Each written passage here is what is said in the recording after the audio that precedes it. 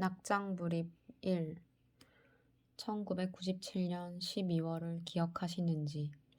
그해 대한민국은 IMF 구제금융을 겪어야 했고 기업들은 잡초 뽑듯이 약한 이들을 솎아버렸고 60년대 경제개발이 시작된 이후 처음으로 사람들은 어제보다 못 사는 내일이 온다는 것을 알았으며 대한민국 대표 사형수였던 사람이 대통령에 당선되어 국민의 정부를 열었다.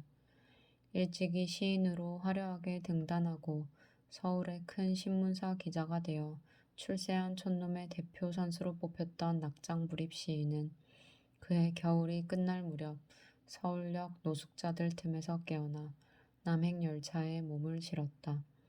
그렇게 화려한 10여 년의 세월이 가고 그는 이제 다시 서울이 뱉어버린 실패한 촌놈의 대표 선수가 되어버렸던 것이다. 그의 수중에 있던 돈은 50만 원. 그 해가 다 가기 전 그는 한평생 한국사의 질곡을 온몸으로 겪어낸 어머니를 잃었고 직장에서 쫓겨났고 아내와 아이들과 이별을 했고 그리고 완전히 혼자가 되어버렸다. 아직까지도 나는 그때 그 기차에 오르면서 그가 겪었을 마음의 아픔을 짐작조차 할 수 없다. 누군가 다가와 멱살을 잡고 야 임마 여기서 나가 하면 차라리 홀가분했을까.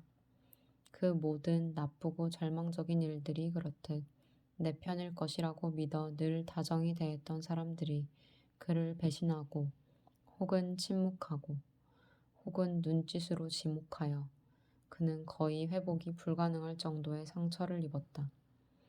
그는 그 남행을 두고 생애 처음으로 이 모든 것들로부터 무책임해지는 길이었으며 분노와 환멸과 절망과 투쟁으로 점철된 삶을 산 짐승이 마지막으로 가야 할 길이었다고 표현했지만 말이다. 왜 하필 지리산이었어? 아주 오랜 시간이 지난 후 내가 묻자 그는 한동안 그냥 웃기만 했는데 어느 날 작은 술잔을 앞에 두고 처음 입을 열었다. 고향인 경상도 쪽에는 가고 싶지 않았고 도시는 싫었고 그리고 아버지의 흔적을 좀 찾고 싶었어. 초등학교 5학년 때 그는 방공표를 지어 대구까지 나가 큰 상을 받는다. 오랜만에 오신 삼촌 간첩인가 다시 보자. 우리들도 언젠가 한 번은 들었을 이 표어는 바로 낙장 시인의 작품이었는데 대구뿐 아니라 전국 곳곳에부터 나부끼었고 그는 상장을 들고 의기양양 집으로 뛰어들어왔다. 언제나 그를 꼭 안아주며 사랑해주던 어머니의 얼굴은 그러나 기뻐하는 그 앞에서 아주 어두워졌다. 그는 그때부터 새벽마다 어머니가 일어나 정화수를 떠놓고 비는 모습을 보게 되었다. 그의 어머니는 그의 위로 남매 둘을 낳고 남편을 잃었다. 아버지가 빨치산 전사 이현상을 따라 산에 들어가 버린 것이다. 수시로 경찰이 그의 집으로 들이닥쳤고 아니면 어린아이들을 집에 놔두고 어머니는 시도 때도 없이 끌려갔다. 그런데 빨치산이 모두 토벌된 이후인 63년 그의 어머니는 낙장불입 시인을 낳는다.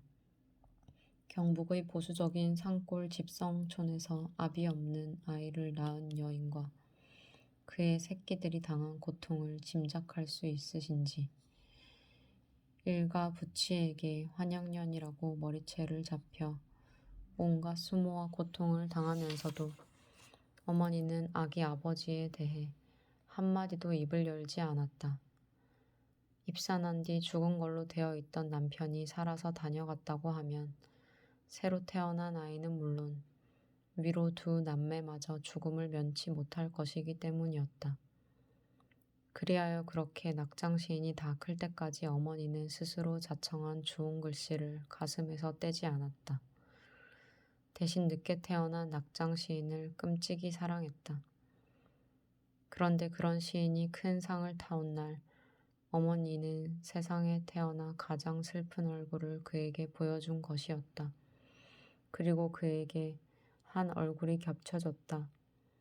6살 무렵이던가 장에 나간 어머니를 기다리며 빈집을 지키던 어린 그에게 다가왔던 한 남자. 이름을 묻고 머리를 쓰다듬어 주고 품에서 아주 작은 선물을 꺼내주던 사람. 그 사람이 낙오된 빨치산으로서 고향으로 돌아오지 못하고 탄광에 들어가 이름을 바꾸고 죽어갔던 아버지라는 것을 안 것은 아주 오랜 후라고 했다. 그리고 그때가 바로 아버지가 탄광에서 얻은 진폐충으로 죽어가기 직전이었다는 것도. 어머니를 묻고 새로 이룬 가족을 잃고 그리고 직장에서마저 쫓겨난 그가 아버지의 흔적을 찾아 지리산으로 온 것은 그러니 너무 당연한 일인지도 몰랐다. 그는 누군가 버리고 간 쓰러져가는 초가삼간에서 삶을 시작한다. 그곳에서 그는 밥을 주면 밥을 먹고 돌을 던지면 돌을 맞으며 첫 3년을 버틴다. 그는 그 3년 동안 굶어 죽지 않은 것이 기적이라고 했지만 나는 안다. 그곳이 지리산이었기에 가능한 일이었다는 것을. 그리고 가끔 그에게 편지가 왔다. 두 끼를 굶었어. 지난밤에는 피아고레 나무가 소식을 보내왔지. 나 절정이야. 혁명도 없이, 희망도 없이 내 몸은 곧 절정이야. 밤새 단풍나무 벗삼아 게임 고스톱을 치다 보면 낙엽들이 낙장불입 하고 떨어지네. 때 잃은 단풍 하나 주우려다 보니 인생이 낙장불입인 것 같아. 생각해보면 길을 잃었다고 뭐가 그리 대수일까. 잃어버렸다고 헤매는 그 길도 길인 것을. 추석 직후에는 빨치산 총수 이현상이 죽은 빗점골에서 다래를 따와 술을 담갔어. 언제나처럼 술병에 날짜와 이름을 써넣었지. 그리운 이들, 선배 문인들, 술 친구들. 한 하늘 아래 살고 있다는 사실만으로도 나를 행복하게 하는 이들. 혹은 악연이었던 그 사람들. 그들은 이 사실을 모르고 알 필요도 없지만 그래도 술은 익어가고 내가 그들을 까맣게 잊은 날에도 술은 익어갈 것이며 나 혼자 그리움에 절절 매더라도 술은 익어가겠지. 그 편지들을 읽고 나도 울었다. 누가 세상의 가을 앞에서 그리움에 절절 매고 있다는 표현을 이처럼 감히 쓸 수 있을까? 지금 다시 떠올려도 마음이 아픈 이 글을 읽었던 동갑내기 동료인 나도 그러나 그 무렵 내 생의 깊고 어두운 골짜기를 통과하고 있었기에 우리는 서로 만나지 못했다. 그러던 그가 서울에서부터 품고 내려간 돈 50만 원으로 장만한 것이 있는데 그것은 바로 125cc짜리 낡은 중고 오토바이였다. 그는 그것을 타고 지리산 언저리를 누볐다. 많이 자고 많이 멍했고 안주도 없이 오래 혼자 술을 마셨고 그리고 오토바이에 시동을 걸었다. 노고단 꼭대기를 하루에 2번 오른 날도 있었다. 그러던 그가 다시 중생들에게 돌아오는 계기는 그러나 뜻밖의 사건으로 시작되었다. 그가 밥을 대놓고 먹는, 그러나 이것도 일주일에서 3~4번 정도였다. 나머지는 그냥 소금을 넣은 주먹밥이나 라면으로 연명했다고. 밥집이 있었다. 이 주인 할머니는 밥 인심 이후에서 군인들이나 행색이 초라한 사람들에게는 공깃밥 값을 따로 받지 않고 몇 그릇이고 더 퍼주곤 했다. 워낙 말이 없던 그가 어느 날 국밥을 먹고 있는데 주인 할머니가 시키지도 않은 막걸리 한 병을 들고 슬며시 그의 옆에 앉았다. 그런 일은 처음이라 그가 의아해하자 할머니가 결심한 듯 그를 향해 손을 내밀며 말했다고 했다. 선상님, 인자 그만하면 공부 많이 하신 것 같은디 손금 좀 봐주셔. 그는 그제야 머리와 수염이 잡초처럼 자라나 있고 비쩍 마른 몸뚱이가 누가 봐도 돌을 닦는 산사람의 몰골이라는 것을 알았지만 어떻게 할 수가 없었다. 자신은 그런 사람이 아니라고 하자 할머니는 눈물 지으며 다시 말했다. 선상님, 도가 너무 높으셔서 아무한테나 말씀을 안 해주시는 모양인디. 그러면 우리 아들놈 사람 좀 만들어 주시오잉. 그 화상이 허라는 짓은 안 하고 날마다 놀러만 댕기는디.